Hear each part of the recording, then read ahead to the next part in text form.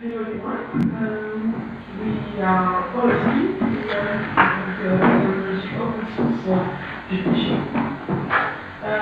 Just 2 words before starting. We are going to make a really short presentation, but we hope we have more time afterwards to answer questions. So sorry, it might seem a bit dry, but we will try. Let's see. So we are open source publishing, collective based in Brussels, more specifically in this area of Brussels, which is called Manhattan. Where place to be for us, but even more specifically in the 25th floor on this building, working day and night, as you can see, in this huge platform where we work with other collectives and other artists. This is us. We are 8 members. 8 members from different backgrounds, cartography, typography, graphic design, performance, writer, programmer, and maybe more like in the future. We started, so we do make graphic design only with open source software. We started in 2006. This is the first blog post we published, specifically in 2006, because this is the date where Macromedia was bought by Adobe. So it was a challenge for the founding member to prove that it's possible to make a graphic design only with open source software. And we were informal collective. We were linked to other associations, but we decided 2 years ago to become a full-feature association in Belgium. And we organized ourselves by hacking a bit the legal system. We had the status, the legal status, where we put the minimum legal and the manifesto, and then we have our own regulations that are versioned on our system. We have a collaboration agreement with each, we're going to call them partners and clients, and we try to explain that in that document to make it clear that we will work differently, that we will discuss license with them, that they will be involved in tools, etc. So we redefine what is to be a designer in 2017, and we try to, with the agreement, we try to document quite everything, or a lot, or a few. It depends a bit on the conditions. And we just start now to make also our accounting as open as possible. Technically also, it's not easy, I think, in each country. Different ways of doing accounting. And the lower part is version, so for the one interested, we have many tools, but maybe these 5 are central. So we have a GitLab server. We publish things from this GitLab on the web with kind of homemade system called Visual Culture. We are now storing huge files on cloud. We are on our cloud system. We are not fully satisfied yet because it tends to close things, but we are writing in Espaço system, and we equip that system with a publication system that we call HTML2 and we use Odoo, an open source management system, to do our own accounting. So all those,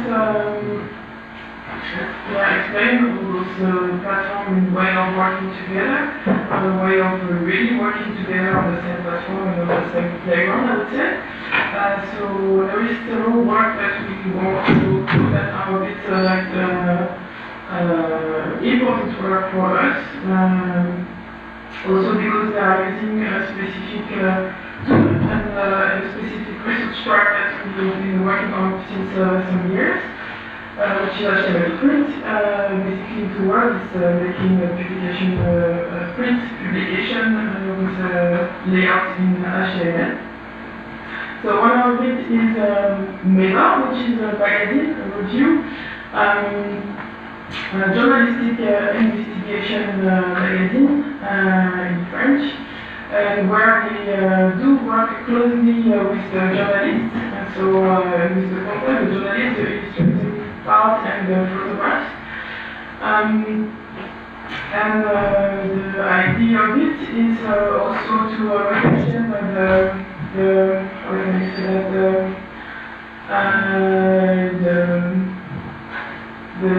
structure of the publication process of the magazine and flattering the hierarchy. So, this picture.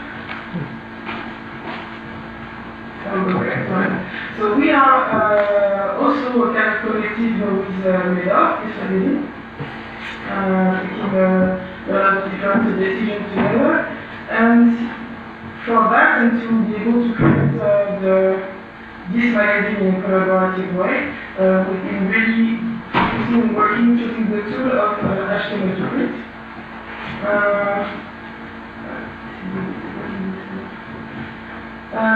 So basically, we do work on a collaborative platform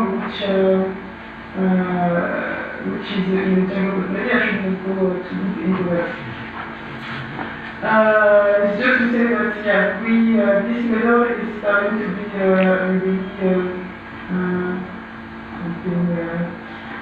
quite important in Belgium for now, and we are really proud that we've managed to lay out all that in HTML print, so it's one of the biggest publications we've been doing with that tool. One of the other is a last big book, academic book that we've been doing with a publisher in Amsterdam. And this is a book on architecture, and so really academic and quite precise. And like it's 300 pages, something like that. So this is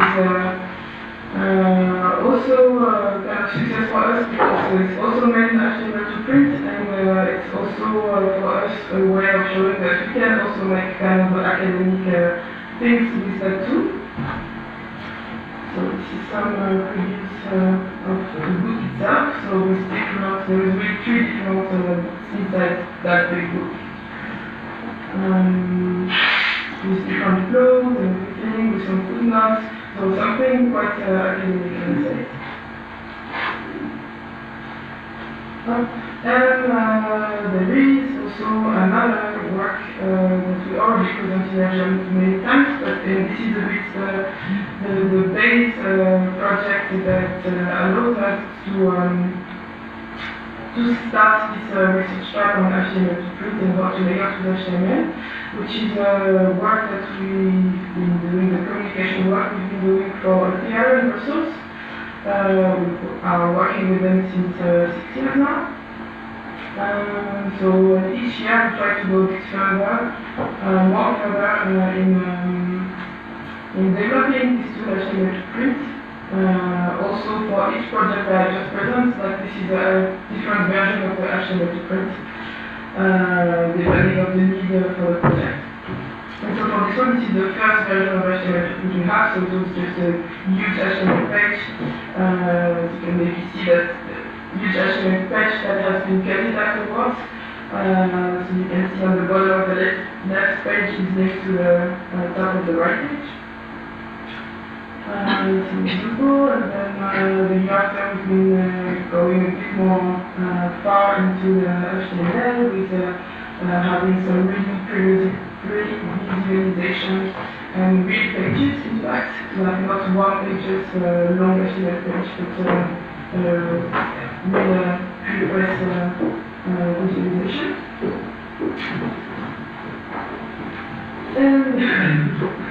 Another part of our activity is really close by, in fact, is we try to share that, and maybe more than sharing, we try to research with others.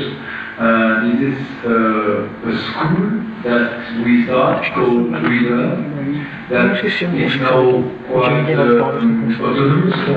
This year Libre will be at the end of August to Rotterdam, and it will be fully organized by others, students and readers likewise online workshop, but without with only starting points and without people steering the workshop.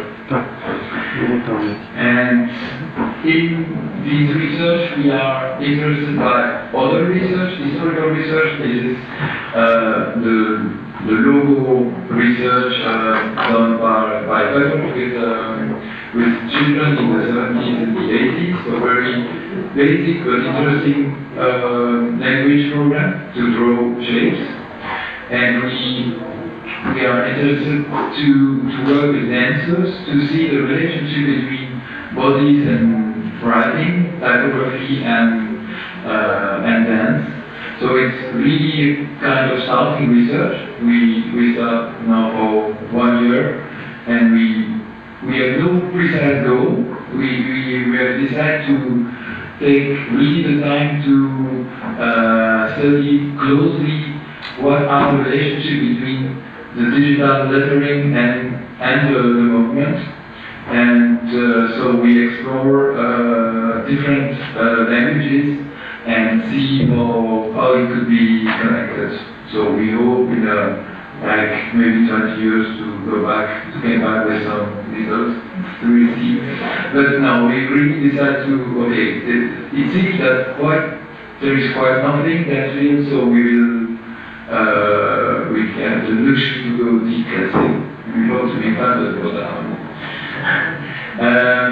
And this speaks a bit about another research target we have, which is typography, and more precisely maybe stroke typography, and so more lettering.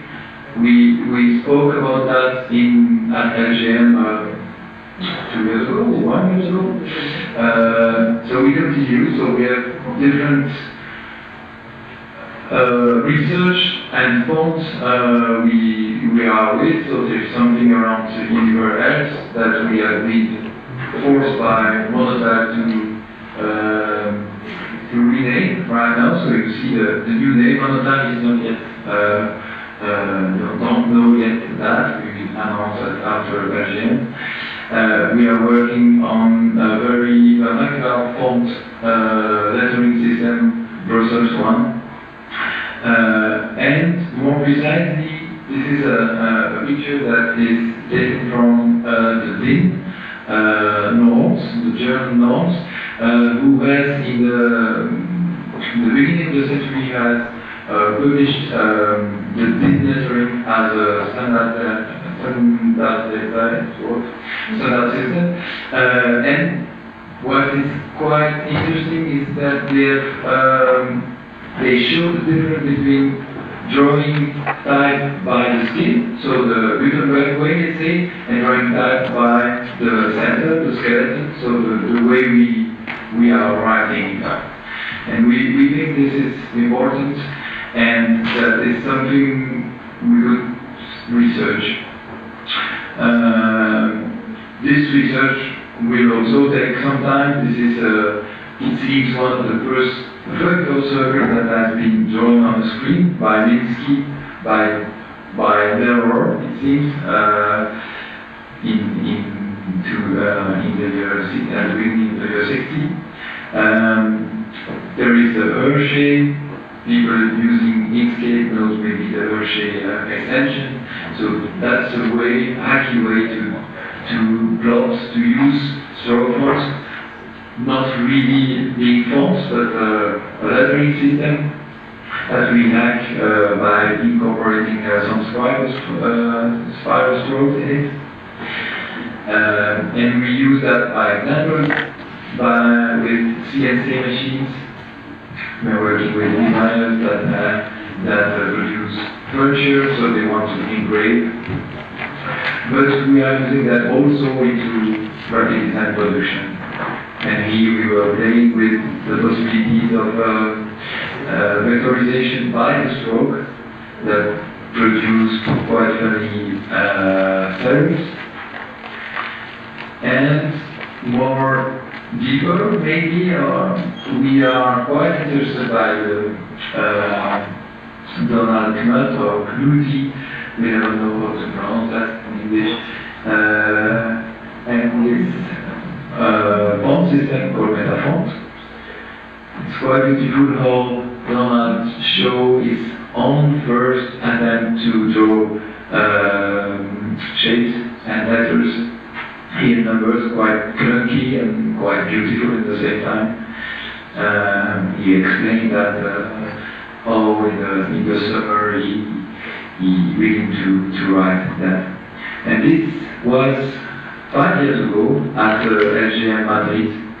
We were making, or I think 5 years ago, we were making our first attempt to draw this typeface using Metapose, which is a kind of fork of Metafont producing PostScript drawing.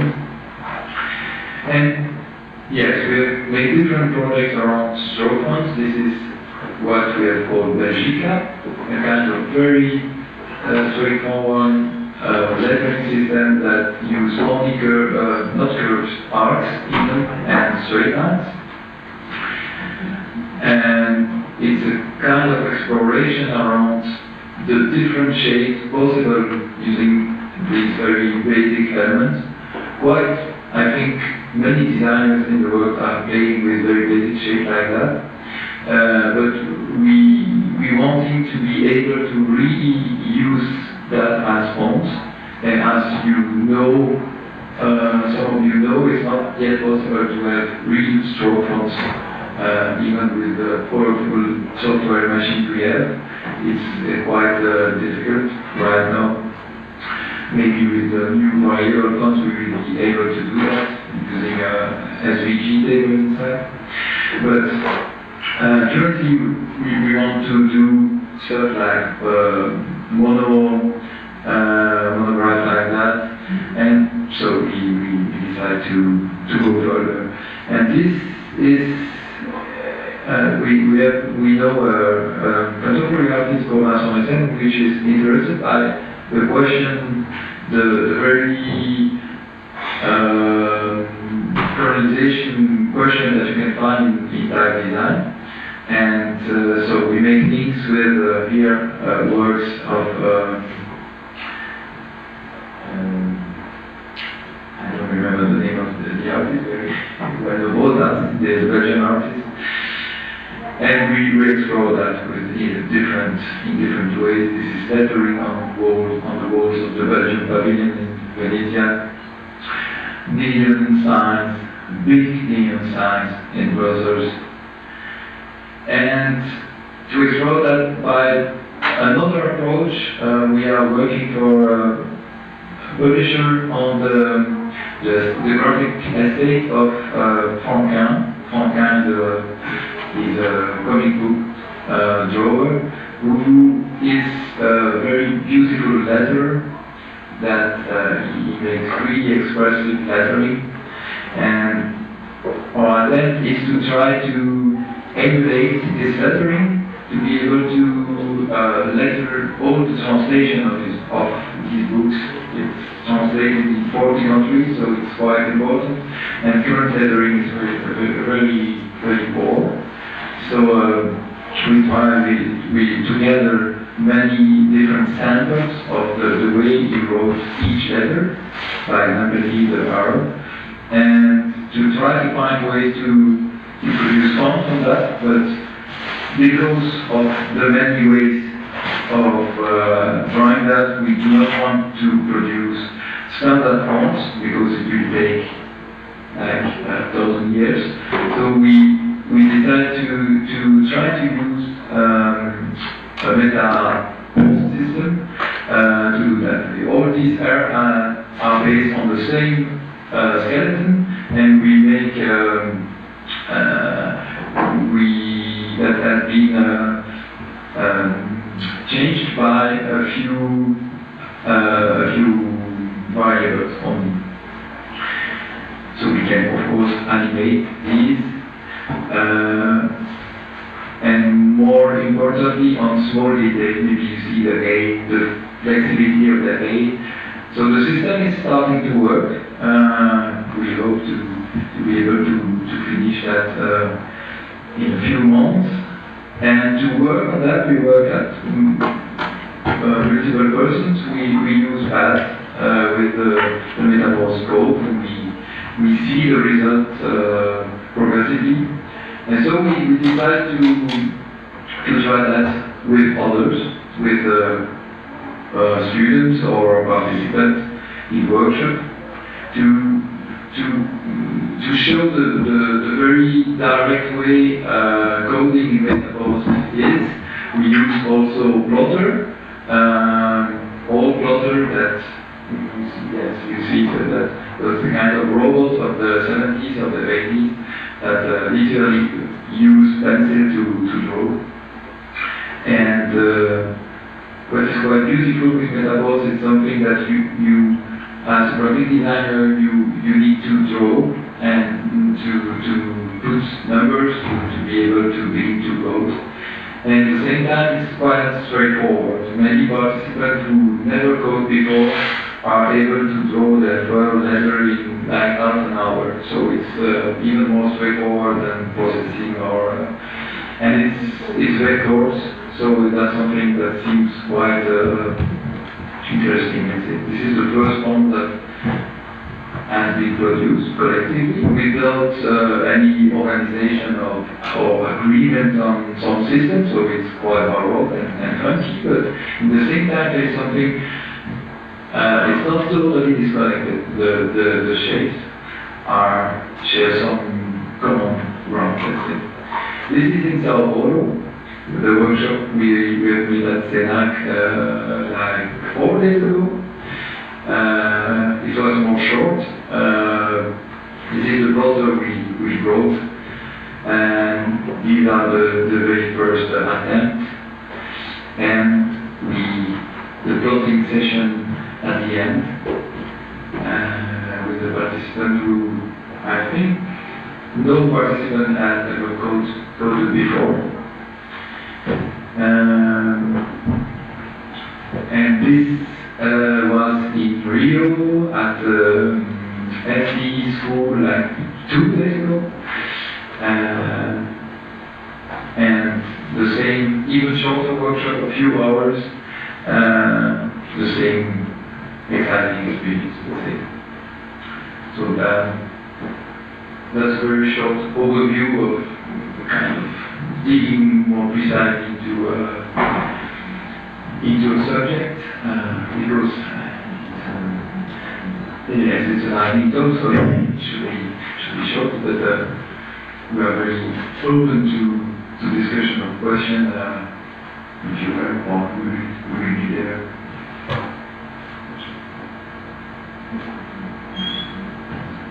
The plotter is nearby here to tell it's Daisy who came back with it.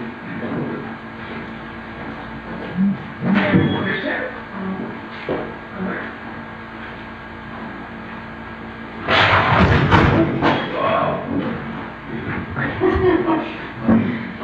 Yeah, I started.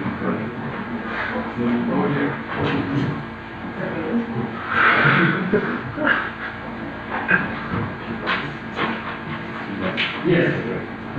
So in these workshops, what language am I doing?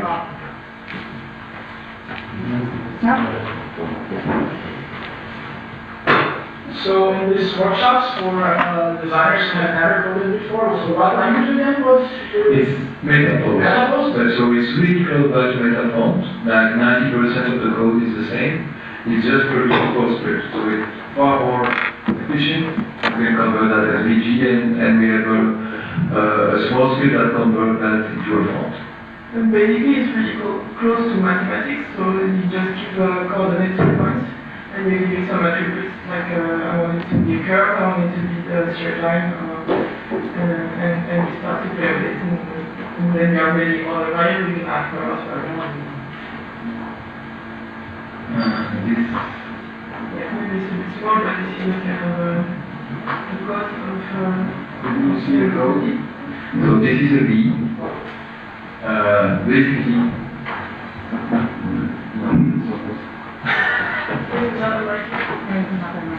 okay. So basically, you draw here. Yes, this is a bee with two. This is a very crude bee in gray, light gray, and this is an attempt to add some visual style on it. So here are all the coordinates. You see that these are equations, in fact, and these variables came from a function that is above that we call through m variables, that's the name of the function. So basically we can recreate a lettering system or typographic system, because metabos, the idea of metabos is to make figures. So you see the beginning fig and end fig. So we have to kind of recreate the metaphone system around, but it works. So here we place the width, because it's variable width, of course. We call all the variables, and we use the left side, right side, baseline, the cap 8, and we create links between the different coordinates, so it's totally variables.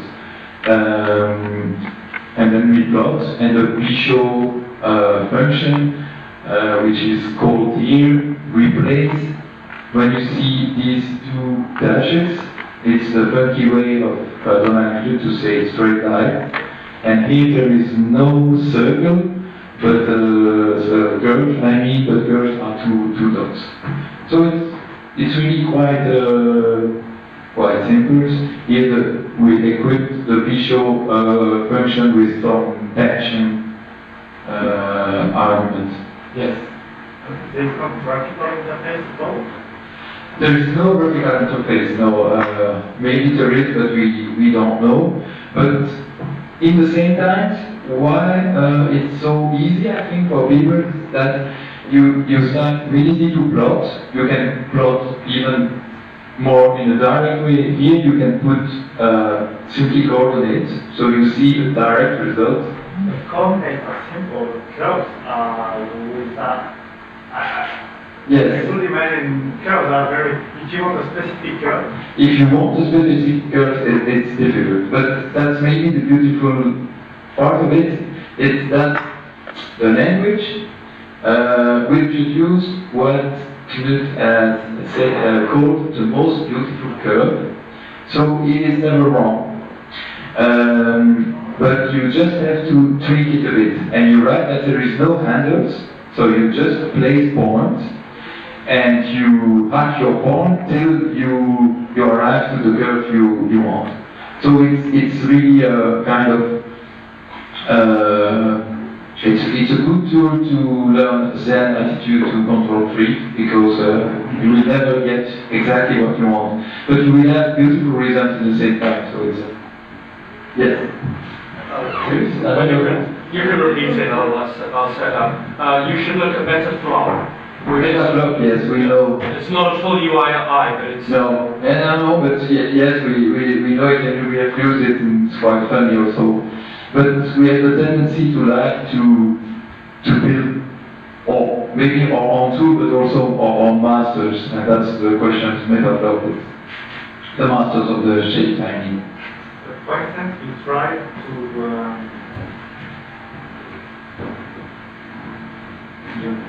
to reproduce lettering, yes. So you need it, in this case, you want it specific curves. Yes, but at the same time, Qualquer has his own way of drawing the most beautiful curves. And we discovered that it works quite well, in fact. With 3 or 4 points, we were able to evaluate quite all Qualquer. We are struggling right now with some letters, with the upper part of the C and the S and the G. This is quite tough, but I think we will overcome. So is it an official project? Will your letters be using all like Gaston's translations? It's an official project of Libre, the publisher of Qualquer. But They do not want us to release the font in free license at all. It's heavily copyrighted. But they do not fully understand the language we use because they don't see exactly the result right now. So we will try to convince them to have the system released freely and the fonts separately released privately, because even the fonts will not be sold. The fonts will be licensed only to publishers that will publish the translations. So it's very bizarre and specific case. So there will be like five, I think that's like that. Deveria. Mas tá aparecendo aqui. Yes, in 1 year or something like that. Parece que Yes, yes. Mas precisa ficar um aqui, é por isso? aparentemente precisa. Aqui tá sem som. Essa altura aqui que tem usadas. Parece que não proporciona. Então acho que é confirmado que só tem essa. Yes, basically yes. We still use private for very specific. Very small. Yes, for job. Starting was when it's something more than 10 pages, then it's unstable, and we ended up having some proposition to make bigger books, and so that was one of the reasons. And the other reason was because we really wanted to be able to work 4-5 persons on one page. And HTML for that is really good because it's flexible, it goes on different platforms like that. And this is how we started, and then we developed that, and this is also very powerful to be able to target some specific elements, like headers and stuff like that, and to be able to say, well, that's more easy, and we started to develop all that, which makes a lot of sense for us working all the time at minimum 4 person projects, and also it's a way of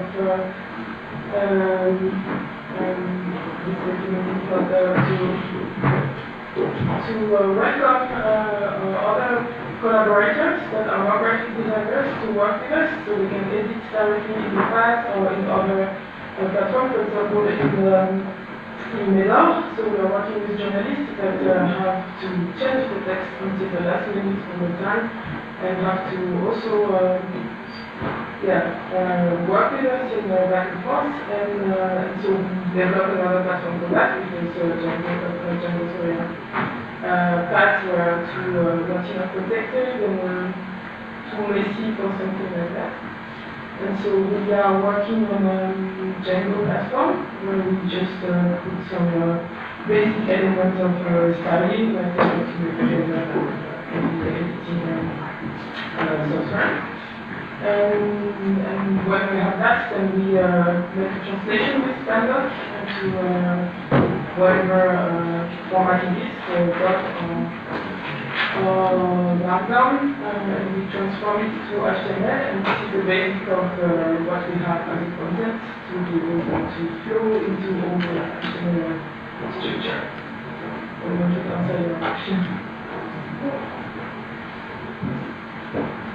Yes, and to standardize a bit the rendering, we need to use what we call voice kits. It's a fork of WebKit because we use many new features of the CSS, and so it's not handled in the same way on different browsers.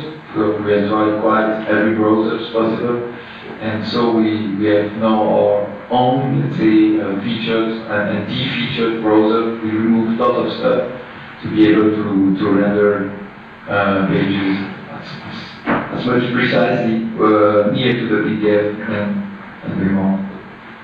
And so the journalists or people at Stern, they edit HTML, they have like intermediate like language like Markdown, like this is talk about Markdown. It really depends on the project, so for the journalist, they really edit just the text in the Django editor. So just a text. Just a text. Yeah, and then we get back the text that they edit. So they edit the text, but our description is saying this is a header, this is a paragraph, this is a note, this is extra, and then we get back that and transforming that in HTML. And sometimes this is another way of working with other, like for the architect book, it was directly markdown, so we put all the markdown in HTML, and to enter the editor and change the markdown. So we have to learn a bit how it works. Actually, we're running out of time. If it's really quick. Okay. Really quick. Yeah. Because in the spirit of open source, I'm just going to say, if you do find bugs in WebKit, I hope you're reporting them, sending patches upstream. Thank you. If you find things where CSS doesn't do what you need, as I've said to you privately, get involved and tell us so that we can change CSS so it does do what you need. Because we get almost no feedback from people doing page medium with CSS. Like maybe one comment every 10 years kind of level. Okay, so it would really make a difference. It will be mainly on the PDF rendering, but yes, definitely. Okay, thanks. Thank you. Well, thank you, Jeff and Sarah, for your presentation.